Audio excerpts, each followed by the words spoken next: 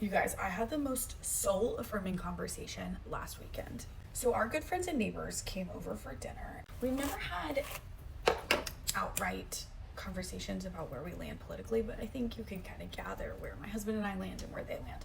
So, I was telling them about the abortion storyteller conference I was at in DC, and they were like, "What's an abortion storyteller conference?"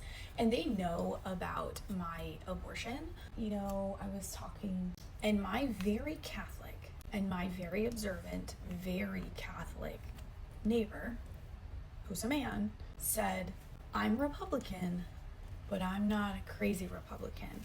I'm pro-choice." Here's the thing with me. I push a little bit.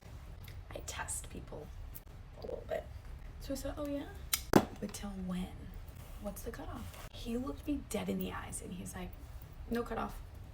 It's not my business." I almost fell over. I almost fell out of my chair. It was his wife, my friend, who was like, "Whoa, whoa, whoa, whoa, whoa, whoa. How about 36 weeks? And there was my moment. I was like, "Is my mic on?"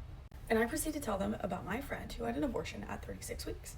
She found out later in her pregnancy that her daughter had some brain issues. They didn't know what. So then, of course, you have to do the amniocentesis, and then you have to wait to see the geneticist, and they have to, run the sample, and that takes a while. And then she finds out like what condition she has, but then she meets with neurologists and neurosurgeon, and she gets second and third and fourth opinions, and then she realizes every single doctor is saying the same thing, that like it could be really bad.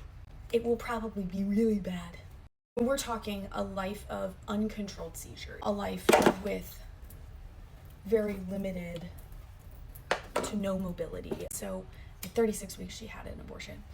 And I tell them that this was maybe a decade ago. It cost $10,000. And we're not like talking like, "Oh, run my credit card." We're talking like $10,000 in a suitcase kind of a deal. And how, even Roe doesn't protect women like that. And they were sitting there and they're like, and my friend who's a woman was like, "Well, but that's so wrong. Like, she should have been able to make that decision, and the government shouldn't interfere." And it's like, that's the thing. And while I didn't change my neighbor, the husband's mind, because his mind didn't need changing, but I think I spoke to my friend in saying like, "No, this is real." And even Roe didn't do enough. And as much as you don't want someone to have an abortion later in pregnancy, like, there are reasons. And the other thing I told her was,